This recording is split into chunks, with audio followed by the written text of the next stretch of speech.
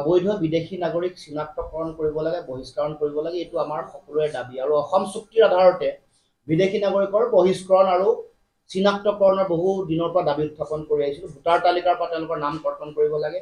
শেহতীয়াকৈ কেন্দ্ৰীয় চৰকাৰৰ ফালৰ পৰা বাংলাদেশী কিমান আছে এটা তথ্য কৈছে, কিন্তু আমি আগৰ পৰাই এই কথা বিৰোধিতা কৰি আহিছিলোঁ, কৈ আহিছিলোঁ যে কা জাপি দিয়াৰ কাৰণে বহু অবৈধ বিদেশীয়ে তেওঁলোকে নাগৰিকত্ব পাইছে। কাৰণ অসম চুক্তিয়ে কৈছে যে 1971 চনৰ 25 মাৰ্চৰ আগলৈকে অহা মানুহক নাগৰিকত্ব দিছে, পিছৰ মানুহক ইয়াৰ পৰা নাম চিনাক্তকৰণ কৰি বহিষ্কৰণ কৰিব লাগে।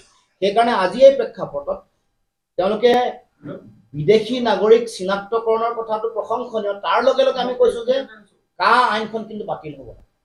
আৰু যিসকল বিদেশী এতিয়াও তেওঁলোকে চিনাক্তকৰণ কৰিব, তেওঁলোকক বহিষ্কাৰ কৰি যেতিয়া থৈ আহিব, পুছবেক যেতিয়া কৰিব, পুছবেক কৰাৰ সময়ত যিহেতু উন্মুক্ত ভাৰত বাংলাদেশ সীমান্ত আছে বা পশ্চিমবংগতো উন্মুক্ত সীমান্ত আছে, সেই সীমান্তৰে পুনৰ বিদেশীসকল ঘূৰি অহাৰ পৰিৱেশ থাকিব। সেইকাৰণে সীমান্ত চিল কৰাৰ আমি দাবী উত্থাপন কৰিছোঁ।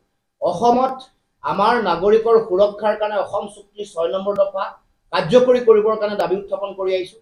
গতিকে এই বিষয়সমূহ যেতিয়ালৈকে নিষ্পত্তি নহ'ব, বিশেষকৈ অসম নহ'লে অসম সদায় ভুক্তভোগী হৈ থাকিব। অসমত ইয়াৰ পৰা চৰকাৰে কোনোবা বিদেশী চিনাক্তকৰণ কৰিলে তেওঁলোকক কৰায়ত্ব কৰি বিদেশী বুলি প্ৰমাণ হোৱাৰ পাছত যেতিয়া তেওঁলোকক বহিষ্কাৰ কৰিব, সীমান্তলৈ গৈ পুছবেক কৰি থৈ আহিব, তাৎক্ষণিকভাৱে অসমলৈ বা পশ্চিমবংগলৈ বা ভাৰতবৰ্ষলৈ সোমাই অহাৰ বাট মুকলি হৈ আছে।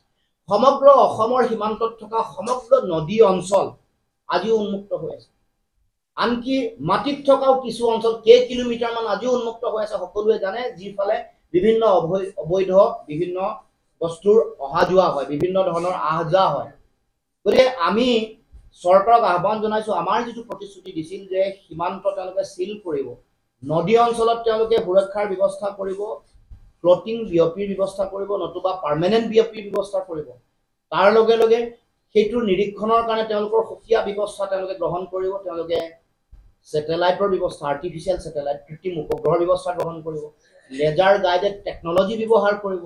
এইবোৰ গৃহমন্ত্ৰী স্তৰত মই সদৌ অসম ছাত্ৰ সন্থাৰ সাধাৰণ সম্পাদক থাকোঁতে ৰাজনাথ সিং যেতিয়া গৃহমন্ত্ৰী আছিল, তেওঁৰ লগত আলোচনাৰ সময়ত এইবোৰ সিদ্ধান্ত আছিল।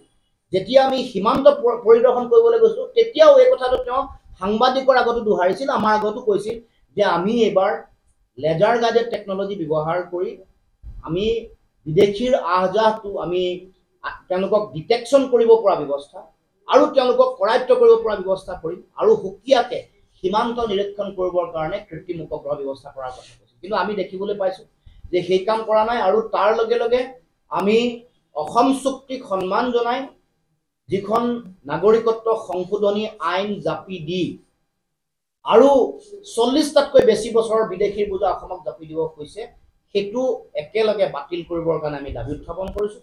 আৰু সকলো বিদেশী, হিন্দুৱেই হওক মুছলমানেই হওক, সকলোকে বিদেশীক চিনাক্তকৰণ কৰি কৰায়ত্ব কৰি তেওঁলোকক বহিষ্কাৰ কৰিব লাগে।